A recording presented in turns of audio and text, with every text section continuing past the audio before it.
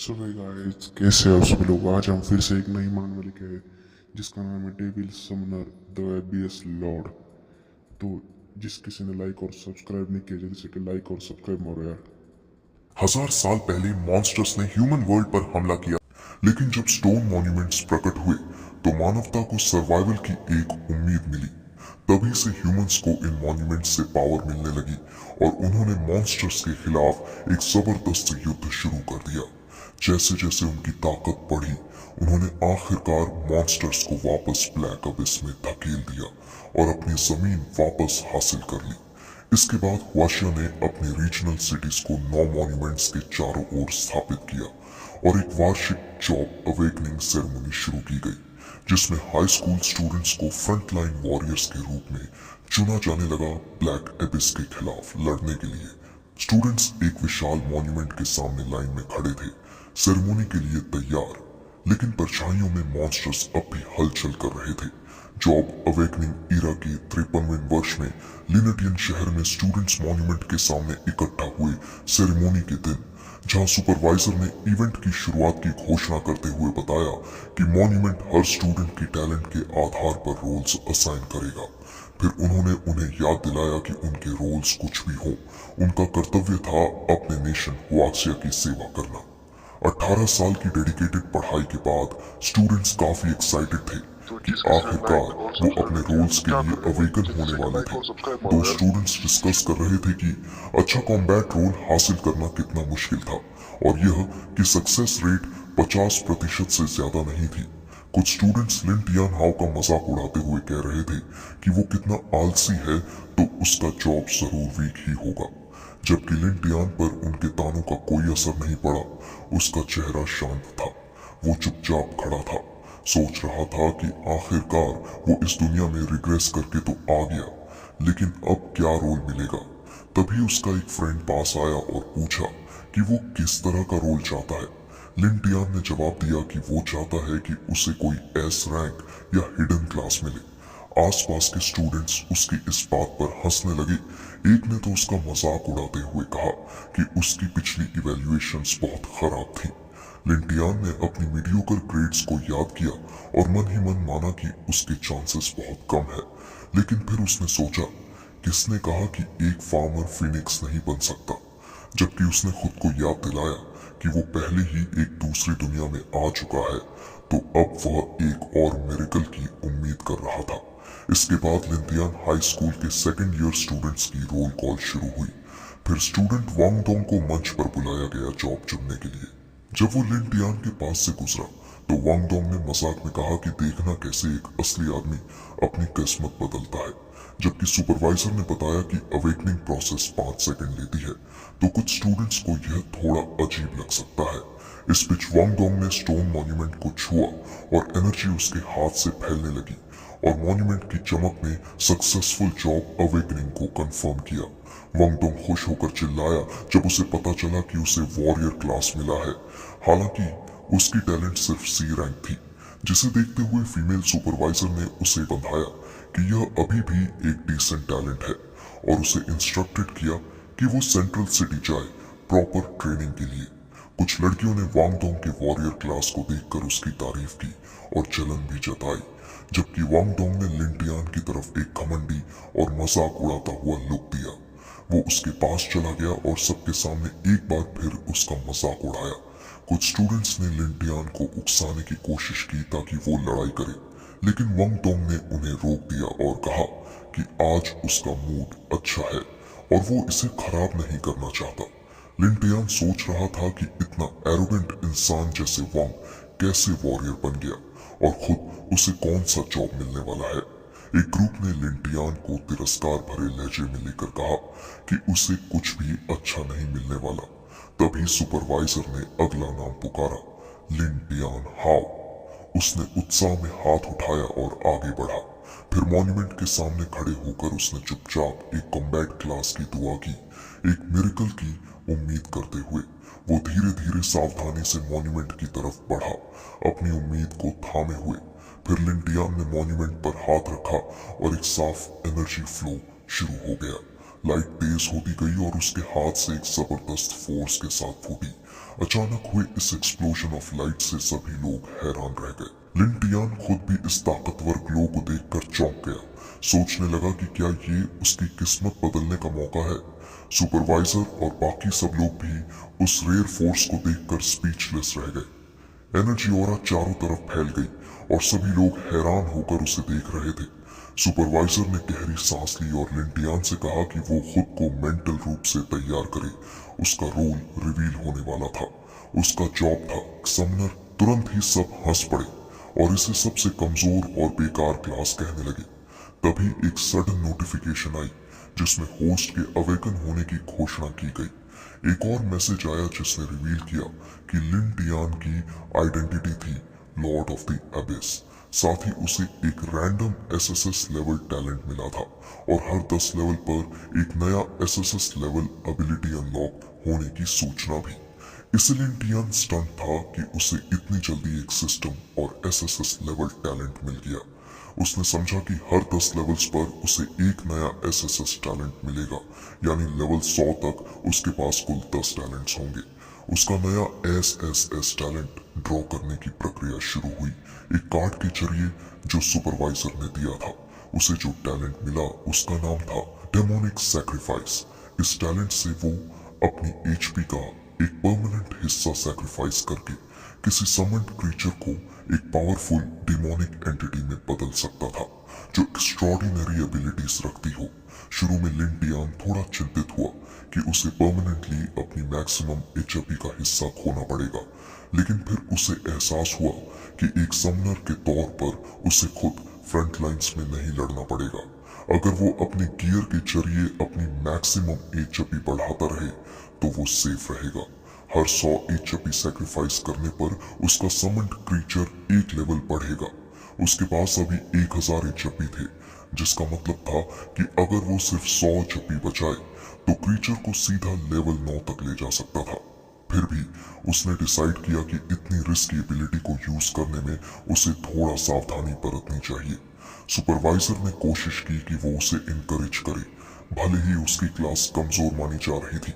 लिन Tian ने उसका धन्यवाद किया और कहा कि वो किसी भी मुश्किल के बावजूद सक्सीड कर सकता है। हालांकि सुपरवाइजर अब भी उसके लिए थोड़ी चिंतित थी। बाकी स्टूडेंट्स ने फिर से समनर क्लास का मजाक उड़ाया और उसे सलाह दी कि वो अपने फ्यूचर पर दोबारा सोच ले।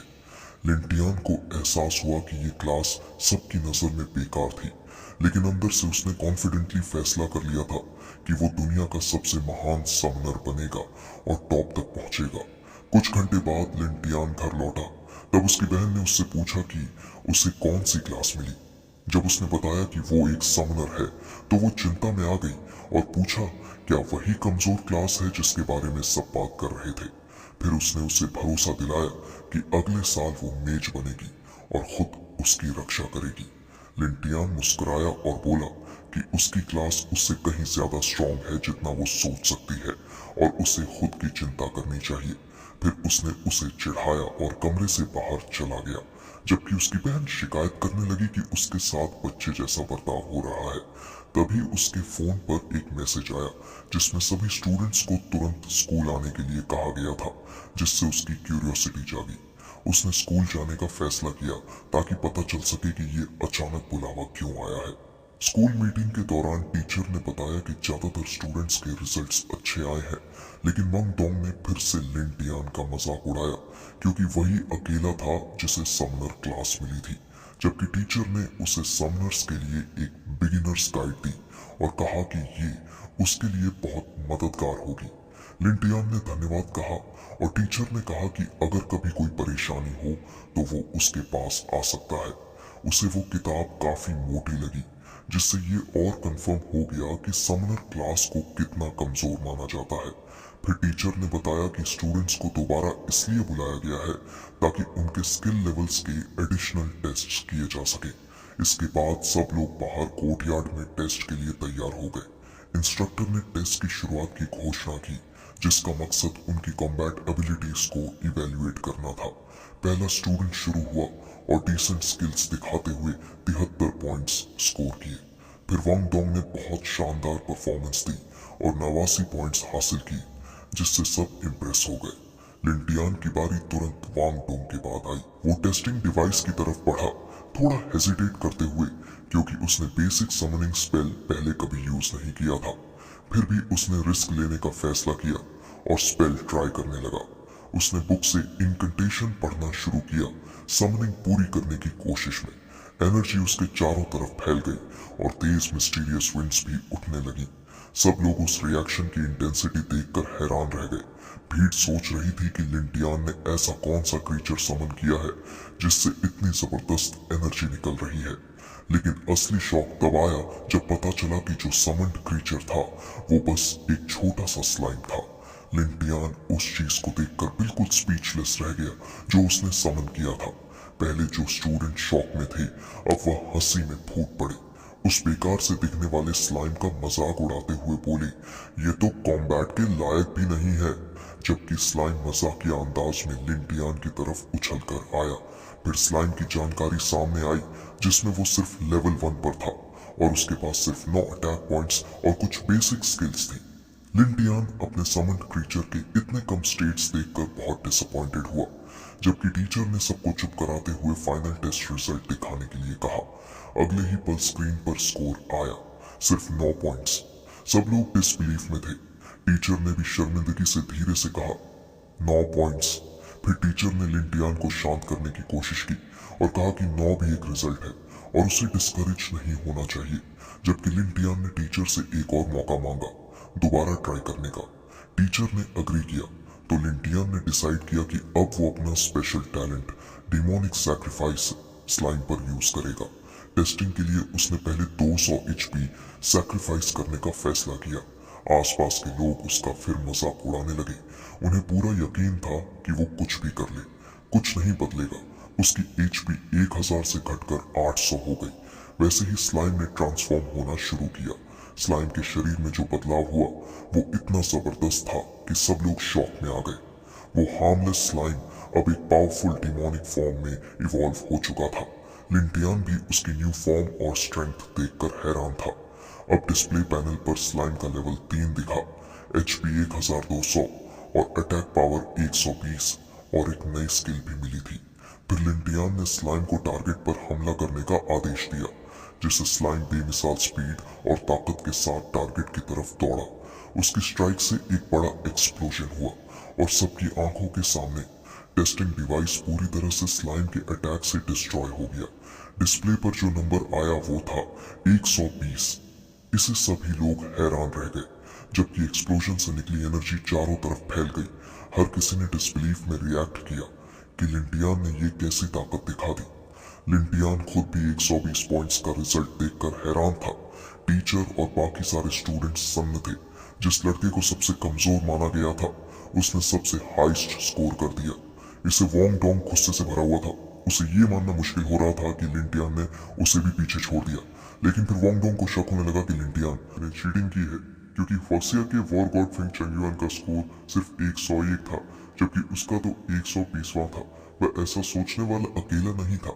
अगले ही पल बाकी स्टूडेंट्स ने भी लिंटियान पर चीटिंग का आरोप लगाना शुरू कर दिया कि कुछ ना कुछ तो गड़बड़ जरूर है। लेकिन लिंटियान जानता था कि उसने कुछ भी गलत नहीं किया था। उसने सिर्फ अपना स्किल यूज किया था स्लाइम पर। टीचर ने माना कि स्टूडेंट्स के शक कहीं ना कहीं वैलिड थे, लेकिन लिंटियान ने उसे भरोसा दिलाया, मैंने चीटिंग नहीं की सर, बस अपना टैलेंट यूज किया है। टीचर चुपचाप डिस्ट्रॉयड डिवाइस को घूरते रहे। वो साफ तौर पर अनश्योर थे, लेकिन आखिरकार उन्होंने अनाउंस किया कि डिवाइस खराब हो चुका है। इसका मतलब लिंटियान चीटिंग कर ही नहीं सकता था। इस पर वोंग डोंग ने सार्कास्टिकली कहा, वो हाँ डिवाइस खराब हो गया और क्या, लिंटियान जैसा मुझे सरपास कर ही नहीं सकता। फिर स्टूडेंट्स जिद करने लगे कि पहले वाला 9 पॉइंट्स का रिजल्ट ही सही था। लेकिन टीचर ने डिसाइड किया कि लिंटियान का रिजल्ट मालफंक्शन की वजह से कैंसिल किया जाएगा और उसे बाद में दोबारा टेस्ट देने का मौका मिलेगा। इसे स्टूडेंट्स ने स्ट्रांगली ऑब्जेक्ट किया, कहते हुए कि असली स्कोर तो 9 ही था। टीचर ने अथॉरिटी के साथ सबको चुप कराया और बोला, मैं इंचार्ज हूं और टेस्ट दोबारा होगा जब डिवाइस ठीक हो जाएगा। एक स्टूडेंट ने वोंग डोंग को उकसाने की कोशिश की, लेकिन जैसे ही उसने उसका गुस्से वाला चेहरा देखा वो तुरंत पीछे हट गया। वोंग डोंग फिर लिंटियान के पास आया और इंसल्ट करते हुए बोला, ट्रैश तो हमेशा ट्रैश ही रहेगा, फीनिक्स कभी नहीं बन सकता। फिर वोंगडोंग और उसकी ग्रुप ने डिसाइड किया कि वो अब लेवल 1 के ब्लैक एबिस में जाएंगे और लिंटियान को वहीं छोड़ दिया, जबकि लिंटियान ने ठान लिया कि वो भी वहीं जाएगा अपने ट्रांसफॉर्म्ड स्लाइम की पावर को टेस्ट करने। फिर वो दूर जाते हुए उन्हें देखता रहा, जबकि उधर मेंटेनेंस स्टाफ डिस्ट्रॉयड डिवाइस को इंस्पेक्ट कर रही थी और सोच रही थी एक स्टूडेंट से इतना डैमेज कैसे पॉसिबल है। वो आपस में डिस्कस करने लगे कि शायद स्कूल ने एक और जीनियस प्रोड्यूस किया है। रास्ते में लिंटियान को एक बूढ़ा आदमी मिला जिसने उसे देखकर कहा, तू समनर बनने के लिए ही बना है। लिंटियान को ये बात थोड़ी अजीब लगी, खासकर क्योंकि उस आदमी का चेहरा कुछ जाना पहचाना लग रहा था। फिर ओल्ड मैन ने उसे एक लग्जरियस समनर स्टाफ ऑफर किया 300 गोल्ड कॉइंस में। इसे लिंटियान अनॉयड हो गया, इतना महंगा स्टाफ, वो भी दिखने में तो बस एक बेकार लकड़ी का टुकड़ा लग रहा था। लेकिन ओल्ड मैन इंसिस्ट करता रहा, ये प्राइस सिर्फ तेरे लिए स्पेशल है, हमारी ये मुलाकात कोई इत्तेफाक नहीं है, मैं किसी और को ये रेट पर नहीं दूंगा। अचानक लिंटियान को उस स्टाफ से एक पावरफुल एनर्जी महसूस हुई, जिससे वो सीरियसली सोचने लगा कि शायद इसे खरीदना चाहिए। आखिर में उसने डिसाइड किया कि उसे ये स्टाफ खरीदना चाहिए, क्योंकि इस वर्ल्ड में डेडिकेटेड समनर गिल्ड्स ही नहीं है और अच्छी समनर गियर मिलना बहुत रेयर है। इस बीच ओल्ड मैन ने फिर से स्टाफ की प्राइस दोहराई 300 गोल्ड कॉइंस। फिर पाउच में देखने पर लिंटियान को रियलाइज हुआ कि उसके पास तो सिर्फ 92 कॉइंस है, तो उसने ओल्ड मैन से रिक्वेस्ट की कि प्राइस घटाकर 92 कर दे, जिसे ओल्ड मैन ने मान लिया और कहा कि ये 92 कॉइंस डिपॉजिट की तरह रहेंगे। फिर उसने समझाया कि ये पेमेंट सिर्फ स्टाफ रिजर्व करने के लिए है और इसे क्लेम करने के लिए लिंटियान को फर्स्ट लेवल एबिस के सबसे डीप पार्ट से एक ट्रेजर लेकर आना होगा। अब लिंटियान को रिग्रेट होने लगा कि उसने ये डील क्यों मान ली, क्योंकि उसे ये सब एक एनपीसी की क्वेस्ट जैसा लगने लगा। फिर ओल्ड मैन ने उसे एक नोट दिया और कहा, सब कुछ क्लियर हो जाएगा जब तू एबिस के बॉटम तक पहुंचेगा। फिर उसने जबरदस्ती लिंटियान से उस डेट कॉन्ट्रैक्ट पर फिंगरप्रिंट लगवा लिया ताकि डील पक्की हो जाए। लिंटियान ने गुस्से में अग्री किया, जबकि ओल्ड मैन ने उसे आखिरी बार वार्निंग दी कि इस डील को भूल मत जाना। लिंटियान के जाने के बाद टीचर ने उस बूढ़े आदमी से बात की जिसे एल्डर फैंग कहा गया। टीचर ने पूछा, आप यहाँ क्या कर रहे हैं? फिर उसने आगे बताया कि आज का टेस्ट बीच में ही रुक गया था क्योंकि इक्विपमेंट खराब हो गया। जबकि ओल्ड फैंग ने पूछा, क्या आप लिंटियान को जानते हैं?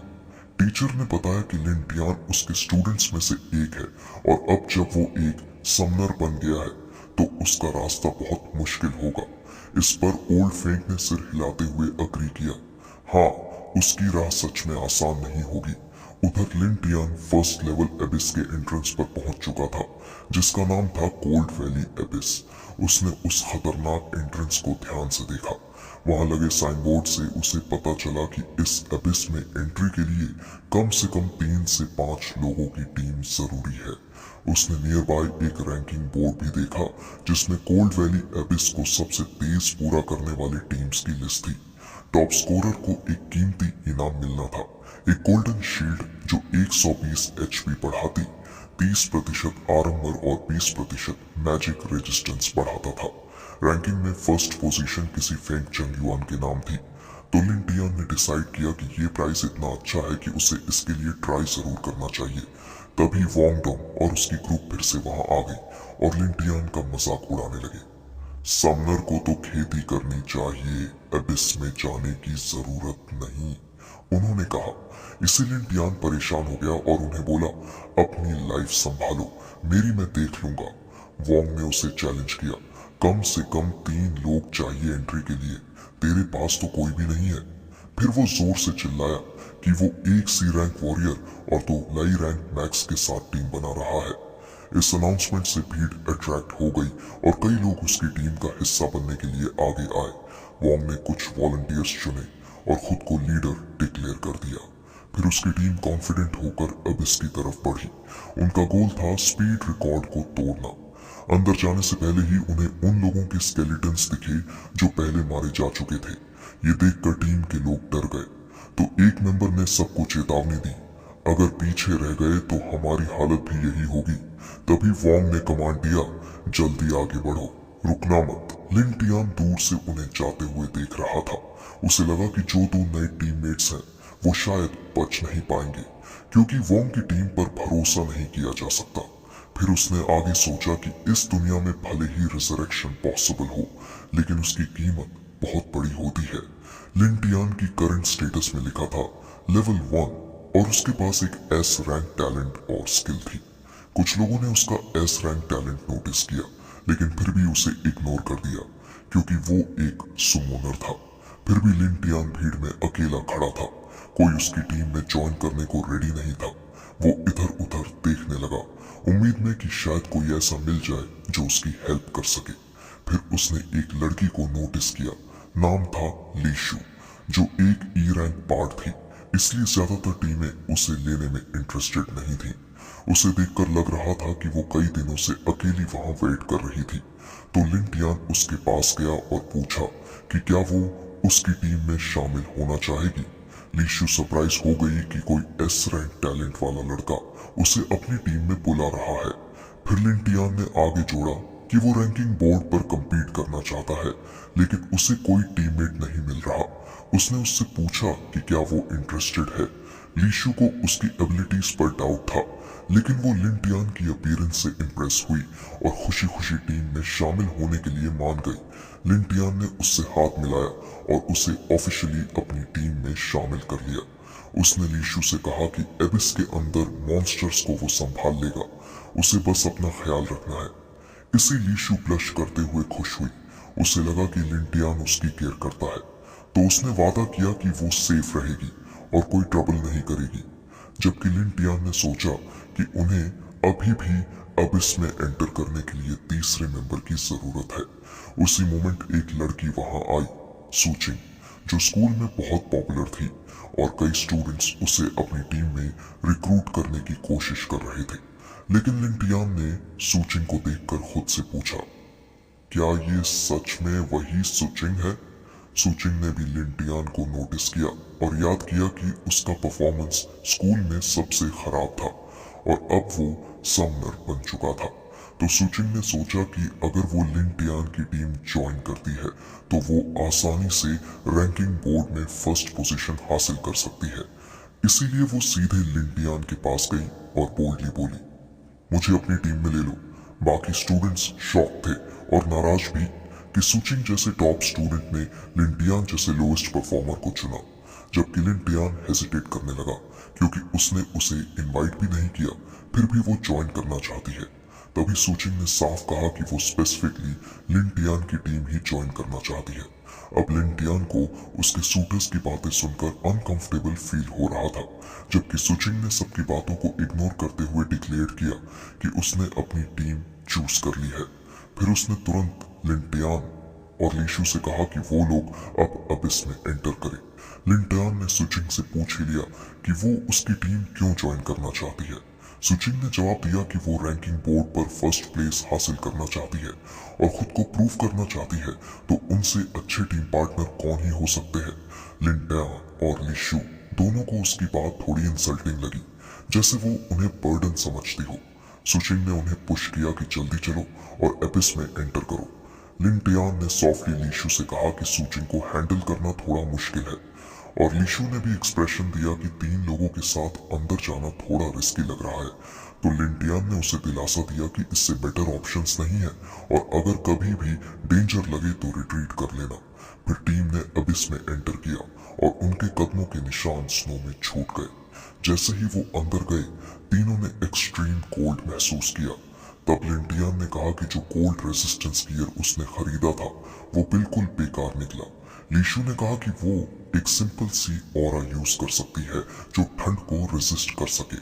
सूचिंग को उस ऑरा से थोड़ा असर तो हुआ, जिससे उसने माना कि लीशु पूरी तरह से बेकार नहीं है।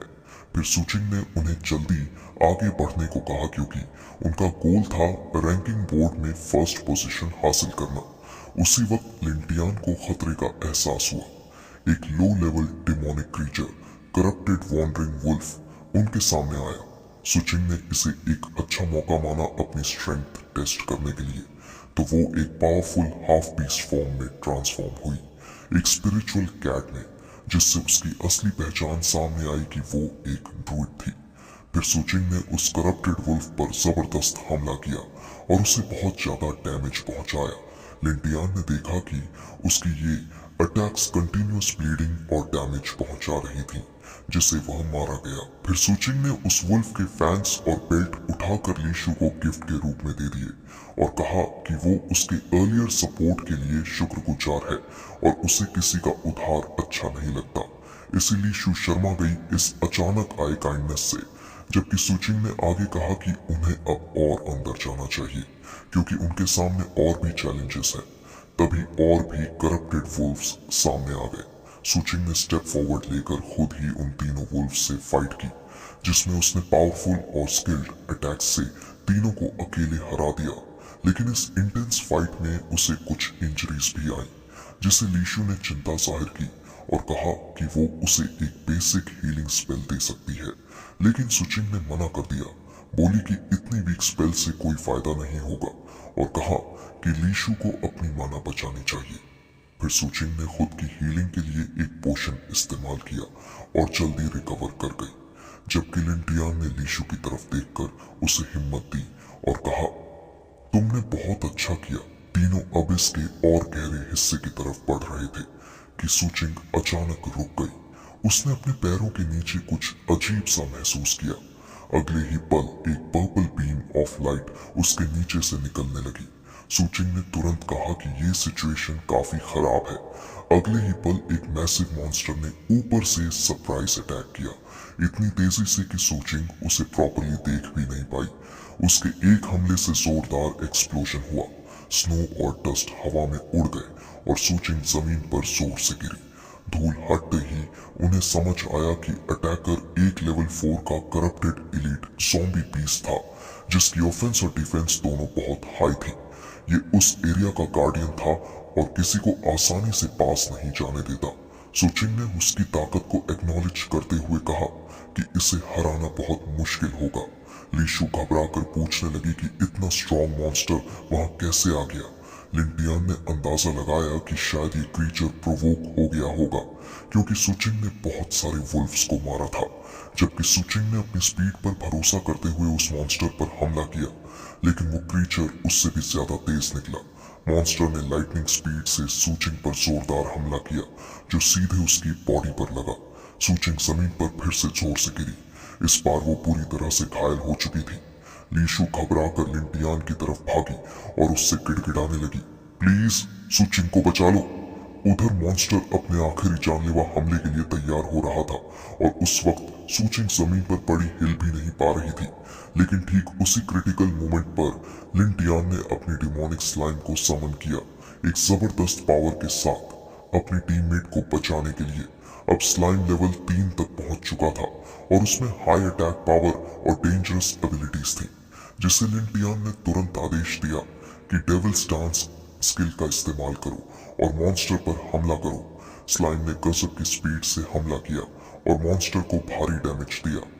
इस जोरदार अटैक से मॉन्स्टर का फोकस टूट गया और उसका फिनिशिंग स्ट्राइक मिस हो गया, जिससे सुचिंग आखिरी पल में बच गई, जिससे मॉन्स्टर शॉक में पीछे हट गया, कंफ्यूज्ड कि उसका अटैक कैसे फेल हो गया।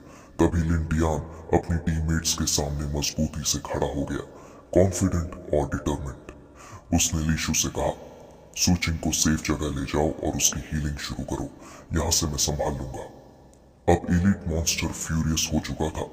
अपनी हार से गुस्से में भरकर उसने लिंटियान पर एक फ्यूरियस असॉल्ट की तैयारी शुरू कर दी, जबकि लिंटियान ने स्लाइम को कमांड दिया, स्लाइम स्पिट इस्तेमाल करो।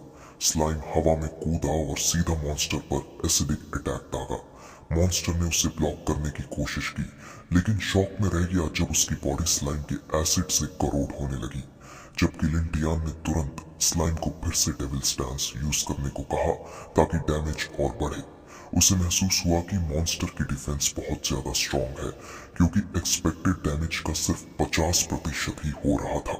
लेकिन तभी उसे पता चला कि स्लाइम के एसिड ने धीरे धीरे मॉन्स्टर की बॉडी को गलाना शुरू कर दिया था। तो लिन टियान ने एक नई स्ट्रेटजी बनाई। उसने स्लाइम को कहा कि अब मॉन्स्टर के लोअर बॉडी पर टारगेट करो क्योंकि वहां डिफेंस कमजोर है। स्लाइम तेजी से दौड़ा और मॉन्स्टर की एंकल पर एक प्रिसाइज हिट मारा। प्लान काम कर गया। मॉन्स्टर का बैलेंस बिगड़ गया और वो लड़खड़ा गया। उधर लीशु ने सुचिंग पर एक बेसिक हीलिंग स्पेल डाली जो अब भी बेहोश पड़ी थी। लिन टियान ने कंफर्म कर लिया कि स्ट्रेटजी सही जा रही है तो उसने स्लाइम को लोअर हाफ पर अटैक्स जारी रखने का आदेश दिया। स्लाइम फिर से उछला और लगातार एसिड अटैक्स की बरसात कर दी। मॉन्स्टर की बॉडी तेजी से पिघलने लगी और वो टूटने लगा। आखिरकार लिन टियान ने उस इलीट ज़ॉम्बी बीस्ट को पूरी तरह हरा दिया और उसे 120 एक्सपीरियंस पॉइंट्स मिले, साथ ही वैल्यूबल लूट भी, कॉप्स हैमर, 10 वुल्फ हाइड और 10 फैंग्स। लिन टियान इस मैसिव एक्सपी से चौंक गया। उसे लगा कि ये बोनस उसे इसलिए मिला क्योंकि उसने अपने से हायर लेवल मॉन्स्टर को हराया था और इसी से उसका लेवल 1 से सीधे लेवल 2 हो गया। लीशु की ऐसी ताकत देखकर दंग रह गई। उसने सोचा, क्या सभी समनर्स इतने पावरफुल होते हैं? लेकिन सुचिंग ने साफ कहा, नहीं, आम तौर पर समनर्स इतने स्ट्रांग नहीं होते। ये तो बस लिन टियान ही है जो एक्सेप्शनल है। भीतर से सुचिंग भी बहुत ज्यादा इम्प्रेस थी। उसने सोचा कि लिन टियान की इंटेलिजेंस और स्ट्रैटेजी वाकई में इंटिमिडेटिंग थी। एक एलीट मॉन्स्टर को अकेले हराना वो किसी आम इंसान का काम नहीं। लड़ाई के बाद लिन टियान सीधे सुचिंग के पास गया और पूछा, तुम ठीक हो ना? इससे सुचिंग का चेहरा हल्का सा लाल पड़ गया। वो फ्लस्टर्ड थी और अपनी फीलिंग्स छिपाने की कोशिश कर रही थी। फिर स्ट्रॉन्ग दिखने की कोशिश करते हुए उसने जवाब दिया, कुछ नहीं, बस हल्की सी चोट है। लेकिन उसके चेहरे पर दर्द साफ दिख रहा था।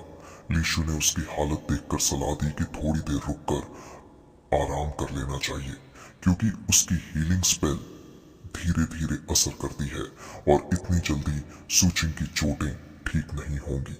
लेकिन सुचिंग ने स्टबनली मना कर दिया। उसने कहा कि वो अब भी लड़ सकती है और उसे रैंकिंग बोर्ड में टॉप पर पहुंचना ही है।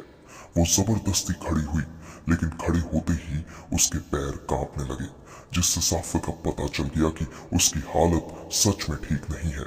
लिन टियान इरिटेट होकर उसके पास गया और कहा, अगर अभी मर गई तो रैंकिंग का क्या फायदा? सुचिंग थोड़ी देर चुप रही, फिर आखिरकार मान गई और आराम करने को तैयार हो गई। तो लिन टियान ने बताया कि पास ही एक केव है जहां वो रात बिता सकते हैं। तीनों उस ग्लोइंग सी दिखने वाली केव की तरफ बढ़े जो बर्फीले पहाड़ों में थोड़ी गर्माहट सी दे रही थी। अंदर पहुंचकर लिन टियान ने एक छोटी सी आग जलाई जबकि लीशु और सुचिंग ब्लैंकेट्स पर बैठ गईं और सोने की तैयारी करने लगी। लिन टियान ने कहा, तुम दोनों आराम करो, मैं बाहर पहरा दूंगा। लीशु तो थकान और माना की एग्जॉशन से तुरंत सो गई। बड़बड़ाती रही कि उसने बहुत ज्यादा मैजिक यूज कर लिया है। सुचिंग ने यह देखकर कहा, वाओ, मुझे नहीं लगा था कि ये इतनी जल्दी सो जाएगी। लिन टियान ने उसे भी सोने को कहा और बोला, डोंट वरी, मैं अलर्ट रहूंगा। लेकिन जैसे ही वो बाहर जाने लगा सुचिंग ने उसे रोक लिया। वो बोली, थैंक्स मुझे बचाने के लिए। लिन टियान थोड़ा सरप्राइज हुआ और उससे पहले कि वो कुछ कह पाता सुचिंग ने जल्दी से कहा, मैं वैसे लोगों में से नहीं जो एहसान भूल जाते हैं, बस भूल जाना मैंने क्या कहा। फिर वो एम्बैरेसमेंट छिपाने के लिए फौरन लेट गई और मुंह फेर लिया।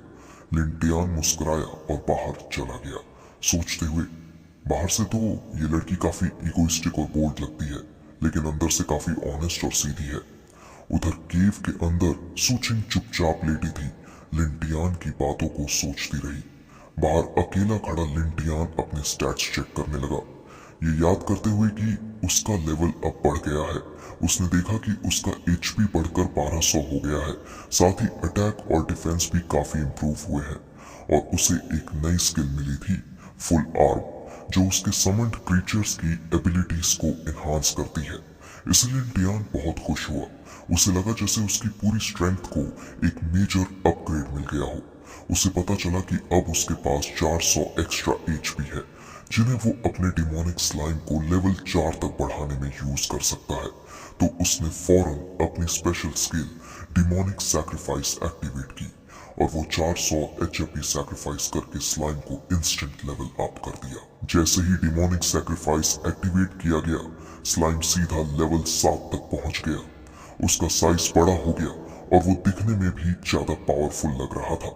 लेकिन इसके साथ ही लिन टियान का एचपी गिरकर 800 रह गया। ट्रांसफॉर्मेशन के बाद लिन टियान ने स्लाइम के स्टैट्स में जबरदस्त इंप्रूवमेंट देखा, जिसमें उसे एक नई स्किल भी मिली, स्प्लिट। लिन टियान सोचने लगा कि ये स्किल सिर्फ क्लोनिंग जैसी है या कुछ अलग। इस तरह जिज्ञासु होकर उसने स्लाइम को स्प्लिट इस्तेमाल करने का ऑर्डर दिया। अचानक स्लाइम हवा में उछला और दो अलग अलग हिस्सों में बट गया। ये देखकर लिन टियान हैरान रह गया। उसने तुरंत फिर से स्प्लिट एक्टिवेट करने को कहा ताकि वो स्किल की इफेक्टिवनेस को बेहतर समझ सके। स्लाइम ने दोबारा खुद को स्प्लिट किया।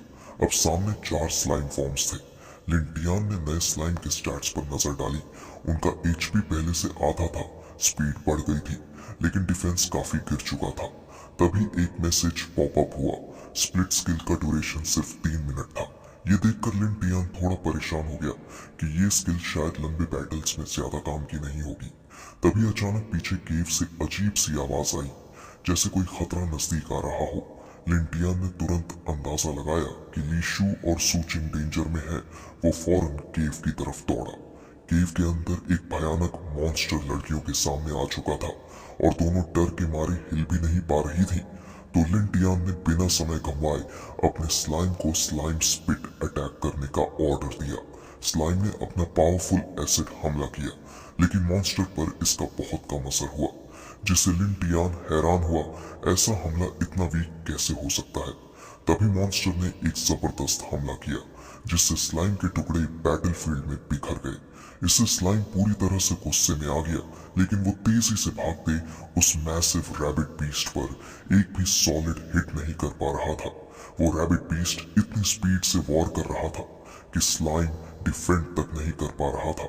हर हमला स्लाइम की एचपी तेजी से कम कर रहा था। लिन टियान अब चिंतित हो गया। उसे लग रहा था कि स्लाइम इस तरह डायरेक्ट फाइट में टिक नहीं पाएगा, तो उसने तुरंत स्ट्रेटेजी बदली। स्लाइम को पीछे हटने का आदेश दिया और डेविल स्टांस और बर्निंग स्लाइम जैसी लॉन्ग रेंज स्किल से हमला करने को कहा। अब वो डिस्टेंस मेंटेन करके रैबिट बीस्ट पर काउंटर अटैक करने की कोशिश कर रहा था। स्लाइम ने जैसे ही लिन टियान का ऑर्डर सुना, उसने तुरंत हमला किया, लेकिन वो जायंट रैबिट इतनी तेजी से डॉज कर रहा था कि कोई भी अटैक सही से हिट नहीं हो पा रहा था, जिससे लिन टियान फ्रस्ट्रेशन से भर गया। उसे ये रैबिट प्रैक्टिकली अनटचेबल लगने लगा। अब ये साफ हो चुका था कि वो सब सीरियस डेंजर में थे। ली शूटर से कांप रही थी और उसने कहा कि ये कोई ऑर्डिनरी मॉन्स्टर नहीं, बल्कि कोल्ड वैली एबिस का सबसे खतरनाक क्रीचर है, जायंट स्नो रैबिट। इसने पहले भी कई स्ट्रॉन्ग टीम्स को खत्म कर दिया था अपनी स्पीड और स्ट्रेंथ से। सूचिंग ने घबरा कर पूछा, हमने तो इसके टेरिटोरी में भी कदम नहीं रखा, फिर इसने हम पर हमला क्यों किया? लीशु डरते हुए लिन टियान की ओर मुड़ी और कहा, ये तो सारे स्लाइम अटैक्स को आसानी से डॉज कर रहा है, क्या अब हमें कुछ करना चाहिए? लिन टियान ने महसूस किया कि डेविल स्टांस अभी कूल डाउन पर है, उसे दोबारा इस्तेमाल नहीं किया जा सकता। उसकी चिंता बढ़ गई। उसने तुरंत स्लाइम को पीछे हटने का ऑर्डर दिया ताकि वो पूरी तरह से डिस्ट्रॉय ना हो जाए, लेकिन रैबिट रुकने का नाम नहीं ले रहा था। वो स्लाइम पर लगातार पावरफुल हिट्स कर रहा था, जिसे लीशु अब और चुप नहीं रह पाई। उसने डिसाइसिवली कहा, अब मुझे कुछ करना होगा। सुचिंग ने उसे रोका, वेट करो, ऐसे भागना बेवकूफी होगी। लेकिन लीशु ने उसकी एक न सुनी। वो साहस के साथ जायंट रैबिट की ओर भाग गई। उसने एक पत्थर उठाया और जोर से फेंकते हुए चिल्लाई, अरे बेवकूफ खरगोश, मुझे पकड़ के दिखा। सरप्राइजिंगली इस हरकत ने काम कर दिया। रैबिट का ध्यान अब पूरी तरह लीशु पर था। वो गुस्से से उसकी तरफ देखने लगा और फिर उसे फुल स्पीड से चेस करने लगा। लीशु समझ नहीं पाई कि उसने खुद को खतरे में डाल दिया है। भागते हुए वो ट्रिप्ड हो गई और गिरने ही वाली थी कि डर से उसने एक गाजर निकालकर उसकी तरफ फेंक दी। लेकिन हैरानी की बात, रैबिट तुरंत रुक गया। उसकी एक्सप्रेशन बदल गई। वो सडनली खुश और शांत हो गया। उसने कैरेट उठाई और मजे से खाने लगा जैसे कुछ हुआ ही ना हो। लिन टियान, सूचिंग और लीशु तीनों हैरान खड़े रहे। ये तो बस भूखा था, लिन टियान बोला। सूचिंग ने लीशु से पूछा, तुम्हारे पास कैरेट क्यों थी? लीशु शर्मिंदा होते हुए बोली, मुझे लगा ट्रैवल में स्नैक्स लाना जरूरी होता है, लेकिन तभी रैबिट ने फिर लीशु की ओर देखा और जोर से ग्रंट किया, जैसे और खाने की मांग कर रहा हो। लीशु डर के मारे फिर दौड़ने लगी और अपनी बची हुई गाजरें पीछे फेंकने लगी। इसे लिंटियान को समझ आ गया, ये डिस्ट्रैक्शन परफेक्ट है। उसने जल्दी से कहा, लीशु अपना फूड बैग सूचिंग को दो। लीशु ने बैग फेंका। सूचिंग अचानक सरप्राइज हुई, लेकिन उसने उसे कैच कर लिया। रैबिट ने अब सूचिंग की ओर घूरा, वो इसे इरिटेटेड था। सूचिंग को सीरियसनेस समझ आ गई। उसने तुरंत अपने ऑफेंसिव बीस्ट फॉर्म में ट्रांसफॉर्म किया और लिंटियान से पूछा, प्लान है क्या तुम्हारे पास? लिंटियान ने कॉन्फिडेंटली जवाब दिया, हाँ, और इस बार हम इसे फिनिश करेंगे। लिंटियान ने शांत मुस्कान के साथ कहा, चाहे कुछ भी हो जाए, इस क्रीचर को गिरा कर ही रहूंगा। उधर जायंट रैबिट और भी ज्यादा फ्यूरियस हो चुका था। उसने लाइटनिंग स्पीड से हमला कर दिया। सूचिंग ये देखकर शॉक्ड रह गई। उसकी स्पीड इतनी ज्यादा थी कि उसे समझ ही नहीं आया कि वो कैसे रिएक्शन करे। उसने जल्दी से लिंटियान से चिल्लाकर पूछा, अब क्या करें? ये रैबिट तो बहुत तेज और ताकतवर है। तब लिंटियान ने उसे एक स्पेसिफिक जगह की ओर इशारा करते हुए कहा, उसे इस लोकेशन की तरफ ल्योर करो। सूचिंग को तुरंत समझ आ गया कि लिंटियान का प्लान क्या है। उसने सिर हिलाकर सिग्नल दिया और दौड़ पड़ी। रैबिट ने पीछे से हमला किया, लेकिन सूचिंग ने बिना रुके उसे उस जगह की ओर लीड किया जहां लिंटियान का ट्रैप सेट था। रैबिट बिना कुछ सस्पेक्ट किए उसके पीछे पीछे भागता रहा और ठीक उसी स्पॉट पर पहुंच गया। जैसे ही रैबिट ने टारगेट जोन में कदम रखा, लिंटियान ने सिग्नल दिया। ट्रैप एक्टिवेट हुआ और एक जोरदार क्रैश के साथ रैबिट उसमें फंस गया। बुरी तरह घायल होकर कुछ सेकंड के लिए इमोबिलाइज हो गया, जिसका फायदा उठाते हुए लिंटियान ने तुरंत कमांड दिया, अब स्लाइम फुल पावर से अटैक करो। स्लाइम ने बिना देर किए एक पियर्सिंग ब्लो रैबिट के बॉडी में दे मारा। लिंटियान ने कॉन्फिडेंस से मुस्कुराते हुए सोचा, तेरा खेल खत्म है, तू मेरी ट्रैप में फंस चुका है। उसने स्लाइम को कहा, स्प्लिट और स्लाइम स्पिट दोनों एक साथ यूज करो। रैबिट इस सडन कॉम्बो से पूरी तरह कॉट ऑफ गार्ड हो गया। वो शॉक में फ्रीज हो गया और स्लाइम को डर के मारे देखने लगा। स्लाइम ने एक विकेट स्माइल दी, जो देखकर खुद रैबिट के रोंगटे खड़े हो गए। फिर स्लाइम ने बिना रुके ब्रूटल स्ट्राइक्स की बरसात कर दी। हर हिट के साथ रैबिट का हेल्थ तेजी से गिरने लगा। आखिरकार लिंटियान ने जायंट स्नो रैबिट को हरा दिया, जिसे उसे 200 एक्सपीरियंस पॉइंट्स मिले और वो अगले लेवल के काफी करीब पहुंच गया। लेकिन उसने खुद माना, ये फाइट एक्सपेक्टेड से कहीं ज्यादा टफ थी और ये तो बस लेवल 5 का मॉन्स्टर था। तो उसने सोचा, स्लाइम की एबिलिटीज ग्रुप एनिमीज के लिए परफेक्ट है, लेकिन जब सामने कोई अकेला पावरफुल ओपोनेंट हो तो वो उतना इफेक्टिव नहीं रहता। बैटल खत्म होते ही लीशु ने लंबी सांस ली, राहत महसूस करते हुए। मैं तो ऑलमोस्ट मर ही गई थी उस रैबिट की वजह से। लेकिन रिलीफ ज्यादा देर तक नहीं टिका। वो गुस्से में लिंटियान की तरफ मुड़ी और बोली, तुमने मुझे जानबूझ के पेट बनाया था ताकि वो मॉन्स्टर ट्रैप में फंसे। लिंटियान ने ऑकवर्ड सा मुस्कुराकर माफी मांगी, सॉरी, पर तुम ही एकमात्र तेज थी जो उस रैबिट से बच सकती थी। अपनी तारीफ सुन सूचिंग की एम्बैरेसमेंट और भी बढ़ गई। उसके तुरंत बाद सूचिंग ने गुस्सा लीशु पर निकालना शुरू कर दिया। तुम कैरेट्स लेके अबिस में क्यों आई थी? उसी की वजह से तो रैबिट आया। लीशु शर्मिंदा हो गई और बोली, मैं तो बस सभी के लिए थोड़ा ड्राई फूड ले आई थी ताकि जरूरत पड़ने पर काम आए। जब ये दोनों बहस कर ही रही थी, लिंटियान की नजर लीशु के बैग पर पड़ी और उसने तुरंत दोनों को रोक दिया। उसने बताया, इस जायंट स्नो रैबिट को हराने पर हमें 200 एक्सपीरियंस पॉइंट्स मिले हैं, अभी तक के सबसे ज्यादा। इसका मतलब हुआ, अगर हम और ऐसे रैबिट्स को मारे तो जल्दी लेवल अप कर सकते हैं।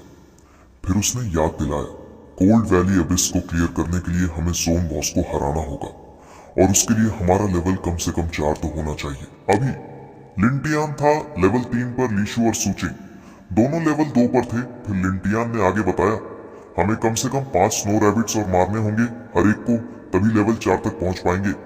लीशु को चिंता हो गई, एक रैबिट को हराने में इतनी मुश्किल हुई, 5 को कैसे मारेंगे? तब लिंटियान ने कॉन्फिडेंट हंसी के साथ कहा, इस बार हम शिकार नहीं होंगे, हम होंगे शिकारी। सुचिंग ने तुरंत सपोर्ट किया। रैंकिंग्स में ऊपर जाना है तो बिखरे हुए मॉन्स्टर्स ढूंढने में टाइम वेस्ट नहीं करना चाहिए। बेट डालकर उन्हें अट्रैक्ट करना ज्यादा बेहतर है। सभी इस प्लान पर अग्री हो गए। उन्होंने केव के पास एक ओपन एरिया में कैरेट रखी ताकि कोई नियर बाय रैबिट उसे देख सके। प्लान ने तुरंत काम किया। एक स्नो रैबिट आया और कैरेट खाने लगा, बिना ये समझे कि वो ट्रैप में फंस चुका है। तीनों ने एक साथ सरप्राइज अटैक लॉन्च किया और रैबिट को आसानी से हरा दिया। वे 3 घंटे लगातार फाइट करते रहे और आखिरकार सभी ने लेवल अप कर लिया। लिंटियान पहुंचा लेवल 5 पर। लीशु और सूचिंग दोनों पहुंच गई लेवल 4 पर। लिंटियान ने कहा कि अब तक वे इस कोल्ड वैली एबिस में 5 घंटे बिता चुके थे। लीशु एक्साइटेड होकर बोली, हमने सिर्फ वहीं थे 5 घंटे में लेवल 4 तक पहुंच लिया। ये तो रिकॉर्ड ब्रेकर है। जबकि फेक चंग्योम का करंट बेस्ट रिकॉर्ड था 8 घंटे। तो उसने पूछा, क्या हम वो रिकॉर्ड तोड़ सकते हैं? सुचिंग ने सिर हिलाकर कहा, इतना आसान नहीं होगा। बॉस मॉन्स्टर बैठे बैठे तो हराया नहीं जाएगा। लिंटियान ने भी अग्री किया। बॉस एक ज़ॉम्बी कमांडर है और उसके पास 2 पावरफुल सबऑर्डिनेट्स हैं। उन्हें हराने में कम से कम 2 घंटे लगेंगे। इसे लीशु अभी भी काफी परेशान थी। उसने घबराते हुए पूछा, अब हम क्या करें? सुचिंग ने कुछ सोचा और बोली, मुझे लगता है हमें थोड़ी देर रुककर आराम करना चाहिए और फाइनल बैटल से पहले खुद को प्रॉपरली प्रिपेयर करना चाहिए। लिंटियान ने सहमति में सिर हिलाया। ठीक है, आधे घंटे का ब्रेक लेते हैं। इस बार हम किसी भी गलती की गुंजाइश नहीं छोड़ सकते। ब्रेक के दौरान लिंटियान एक कोने में बैठ गया और अपने स्किल्स को रिव्यू करने लगा। फिर उसने अपनी special ability demonic sacrifice activate की और अपने 300 HP कुर्बान करके डिमोनिक स्लाइम को लेवल 9 तक अपग्रेड कर दिया। मगर अपग्रेड करने के बाद भी स्लाइम में कोई खास बदलाव नहीं आया, जिससे लिंटियान की उम्मीदों पर पानी फिरता दिखा। साथ ही उसने महसूस किया कि हर लेवल के बाद उसकी HP गेन कम होती जा रही थी और अब उसे एबिस के बाहर जाकर कोई और तरीका ढूंढना होगा अपनी स्टैट्स बढ़ाने का। तभी अचानक केव के बाहर एक जोरदार एक्सप्लोजन हुआ। तीनों चौंक कर खड़े हो गए और बिना वक्त गंवाए बाहर की तरफ दौड़े। जो उन्होंने देखा उसने सबको हक्का पक्का कर दिया। आसमान में एक मिथिकल रेडिएंट क्रीचर चमक रही थी, बड़े पंखों वाला, रोशनी से नहाया हुआ यूनिकॉर्न। वो था कोल्ड वैली अबिस का हिडन बॉस, एक एलिगेंट लेकिन बेहद खतरनाक प्राणी। लिंटियान को थोड़ा थ्रिल भी हुआ कि उसे ये रेयर बॉस देखने को मिला, लेकिन साथ ही उसने ये भी महसूस किया कि ये क्रीचर उनकी औकात से कहीं ज्यादा पावरफुल था। यूनिकॉर्न ने अपनी मैजिकल ऑरा फैलानी शुरू कर दी, जिसे एक ग्लोइंग फील्ड बन गया, जिसने लिंटियान को अपनी तरफ खींचना शुरू कर दिया, जैसे वो किसी हिप्नोसिस में चला गया हो। उसी वक्त डिमोनिक स्लाइम ने जोर से उसे काटा, जिससे लिंटियान का ट्रांस टूट गया और बोला, क्या हुआ? लेकिन जैसे ही बाजू में पड़ी वो तुरंत चिल्लाया, सुचिंग, लीशु, रुको, ये इल्यूजन है। लेकिन दोनों लड़कियां धीरे धीरे क्लिफ के एज की तरफ बढ़ती रहीं, आंखों में अजीब सी चमक के साथ। उनके मुंह से बस एक ही बात निकल रही थी, कितना सुंदर है। वो दोनों क्लिफ के एज पर पहुंच गई और फिसलने लगी। लिंटियान ने पूरी ताकत से दौड़ लगाई और ऐन वक्त पर दोनों को खींच लिया, वरना वो दोनों गिर चुकी होती। तीनों जमीन पर गिर पड़े, बुरी तरह से हांफते हुए उस हिप्नोसिस से बाहर आकर। सुचिंग ने थरथराती आवाज में कहा, मुझे लगा था अबिस का बॉस तो ज़ॉम्बी कमांडर है, ये यूनिकॉर्न तो लेजेंडरी क्रीचर है, ये यहाँ क्यों आया? लीशु ने कंफ्यूजन में पूछा, हमने तो पहले भी वुल्फ्स और ज़ॉम्बीज मारे थे, तब तो ऐसा कुछ नहीं हुआ, फिर अब क्यों? तब सुचिंग ने समझाया, वुल्फ्स और ज़ॉम्बीज करप्टेड या अनडेड थे, लेकिन स्नो रैबिट्स असली लिविंग बीइंग्स हैं। यूनिकॉर्न जैसे क्रीचर्स प्रोटेक्ट करते हैं ऐसे इनोसेंट जीवनों को। हमसे गलती से बहुत सारे रैबिट्स मर गए और इसलिए यूनिकॉर्न आ गया। फिर उसने डरते हुए कहा, हिडन बॉस एक्टिवेट हो चुका है और ये ज़ॉम्बी कमांडर से कहीं ज्यादा खतरनाक है। अब शायद हम में से कोई भी जिंदा ना बच पाए। लीशु अब और भी ज्यादा डर चुकी थी। उसकी आवाज कांप रही थी जब उसने कहा, मुझे यहां मरना नहीं है, क्या हमें भागने की कोशिश नहीं करनी चाहिए?